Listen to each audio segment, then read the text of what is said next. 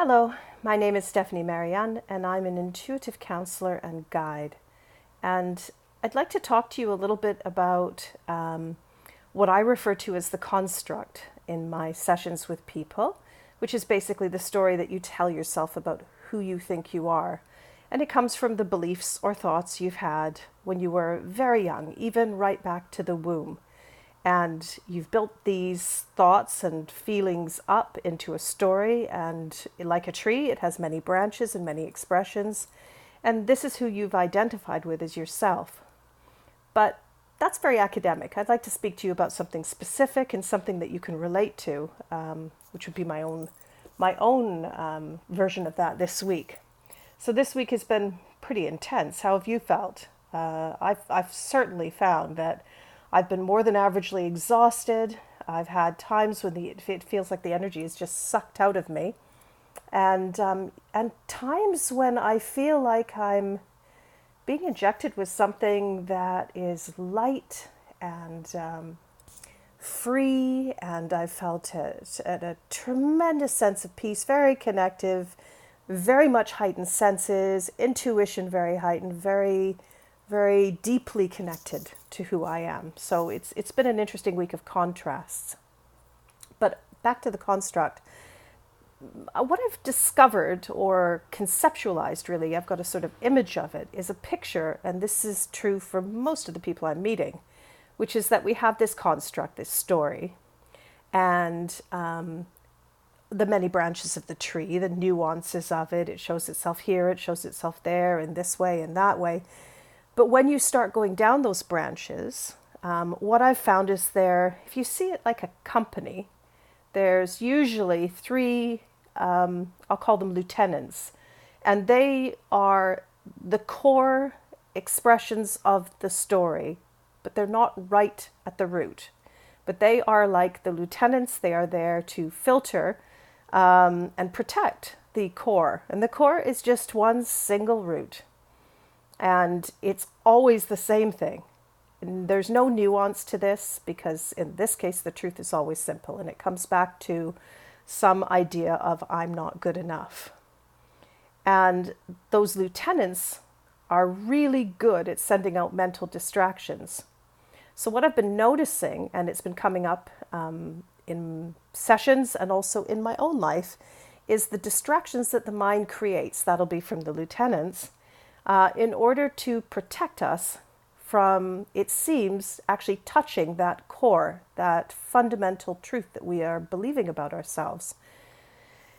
You might wonder why. Certainly it's a reasonable question. Why would we be protecting ourselves from letting go of something that's actually holding us back and weighing us down and isn't true? And the reason for that is really simple. It comes from a very young part of ourself that was unable to, let's say, process or manage the emotions that were so painful and so overwhelming at an early stage in life. And so the coping mechanism that we have in place to protect that is from that age. And so, yeah, we've grown up around this story, and a great deal of us are self-aware in many, many ways, mature, adult, and yet there is this element that remains, and it's fundamentally from a child. So back to the story and how it showed itself for me this week. It was to do with an expression of not good enough, and it was to do with my own feelings of worth in relation to the work that I do, and how I express that. And it was really interesting, and this is the part I wanted to reveal to you specifically because I think that it's telling. So if you're wondering how you can identify aspects of the story, here's a clue. When I was talking about my one particular aspect of my work and my sessions with people and the different aspects of what I do, and I was questioned about this by good friends or people that I trust and people that sometimes are excellent mirrors for me in my own life. There were parts of that I was very defensive about. I didn't think so. It seemed quite reasonable to me, quite rational. My points seemed easily defendable. And there are clues even in my choice of words here. So, what I discovered is that it was protecting something and some sense of not good enough, obviously, as it was reflected. And it was very much keeping me down. So, when I realized that, the previous video I talked about how to meet pain and how to meet emotional pain or physical pain potentially.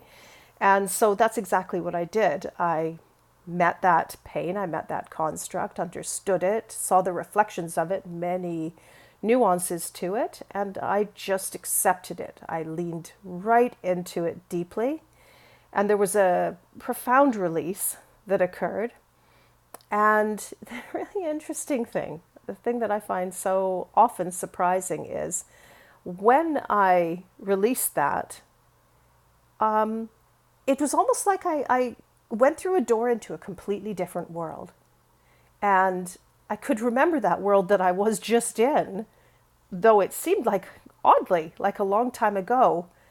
I could remember it, but it was a little hard to relate to the thinking. It was quite hard to get back into my frame of reference and remember why I'd so vehemently defended my position to myself and occasionally to others. I felt free. I felt a tremendous sense of freedom. I didn't have anything to prove. There was no kind of needing to make a statement about it. I was just at peace, and it felt completely right. And so there's something encouraging for you, because on the other side of these things that you may fear, which are very charged, and so the clue around that is, again, do you feel the need to defend it? Is there a strong emotional charge when you talk about these things? Because that's always an indicator. But in any event, if you meet with that, if you lean into it, on the other side is another world, truly another world. And admittedly, this is fairly core. It relates to one of those three lieutenants, as I referred to. But every time you do that, every time you meet something from those trinity of illusions that you've been telling yourself, you're reducing the strength, let's say, or what's the right word? The conviction of the original, often subconsciously held core of, I'm not good enough. And it isn't about saying you are good enough, because that's created from a sense of not good enough. It resonates with these words, I am. Now try saying that to yourself and just feel how your energy shifts. I am. I leave you with those words today. I hope you're having a wonderful weekend. It's a very warm one here, and I'll speak to you next week.